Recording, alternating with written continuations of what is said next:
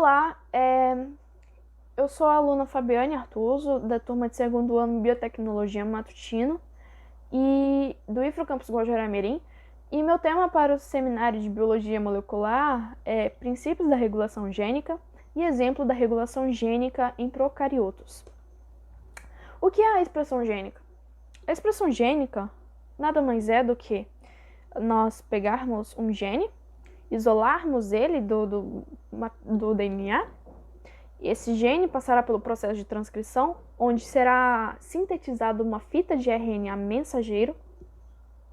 E esse RNA mensageiro conterá uma informação genética que dará origem a uma proteína.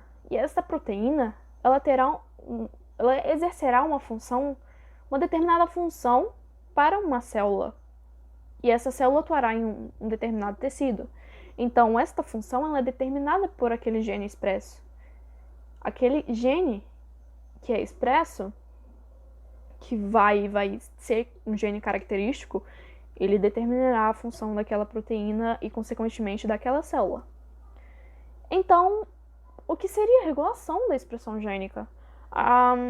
O princípio básico da regulação gênica é a interação entre proteínas regulatórias e certas regiões do DNA. Então, a regulação gênica é toda a organização desse processo. É a manutenção do processo. A regulação gênica é o que fará com que pare ou que continue um processo de metabolismo, por exemplo.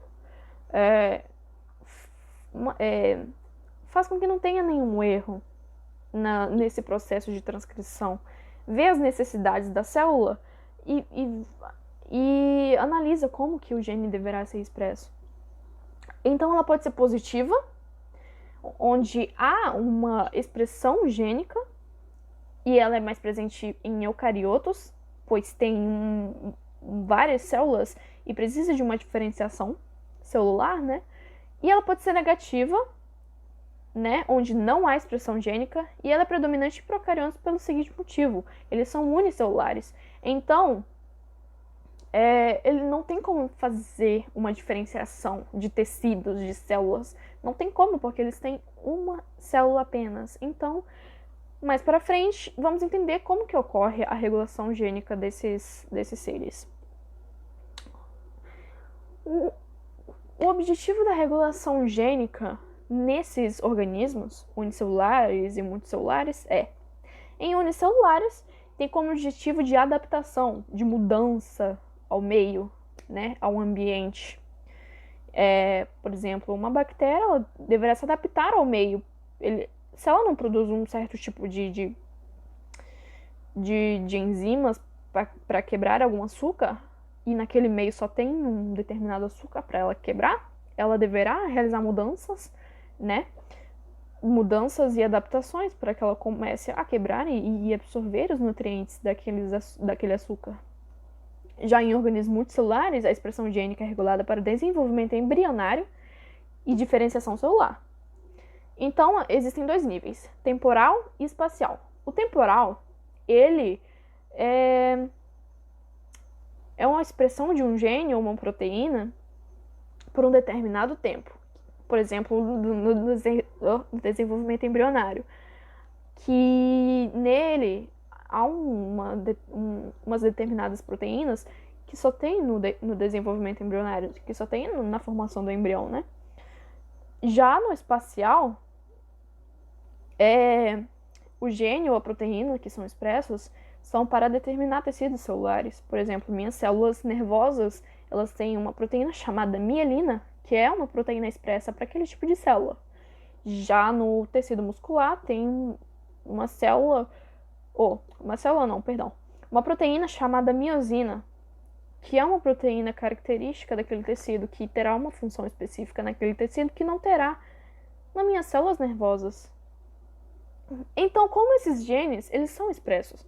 Eles são expressos em constitutivos, onde eles se expressarão em todas as células do organismo, para processos essenciais, como geração de energia, manutenção e replicação do material genético, do DNA. Então, esses genes eles são chamados de housekeeping genes.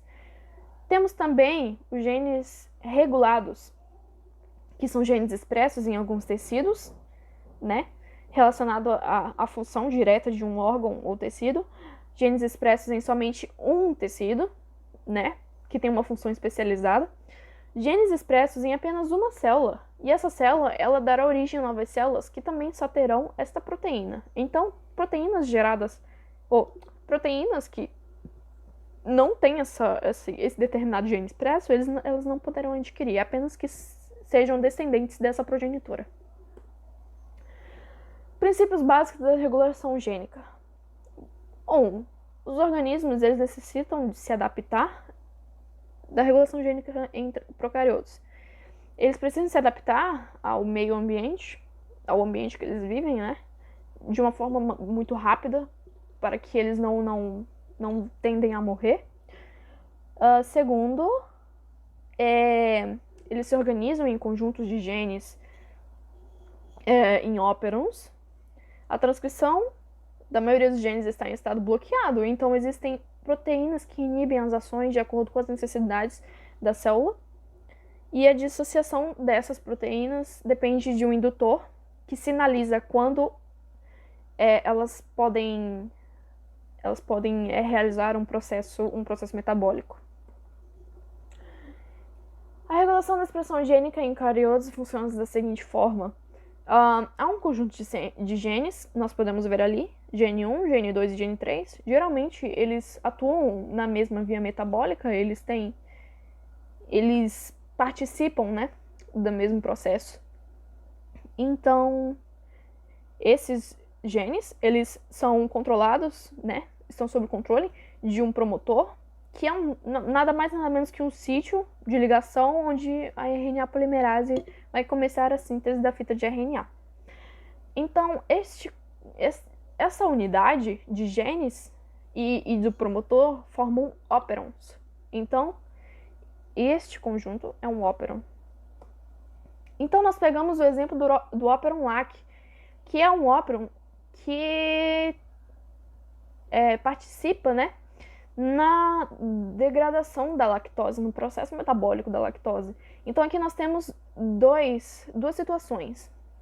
Temos a situação onde está em ausência e na presença de lactose.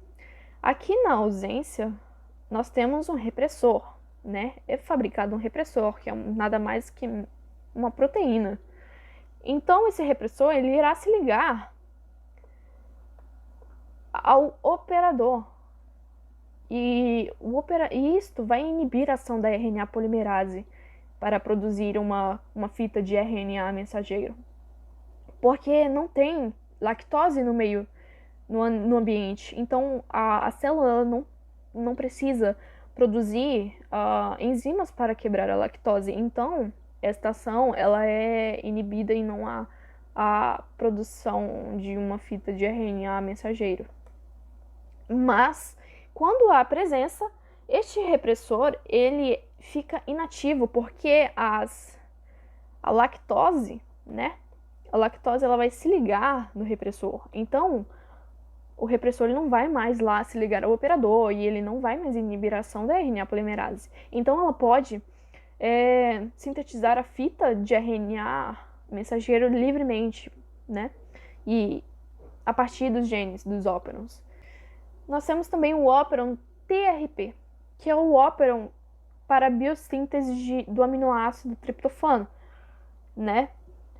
Então, quando tem uma alta concentração de triptofano no ambiente, a ação da RNA polimerase ela é restringida pelo TRP repressor e o triptofano que se liga ao repressor, né?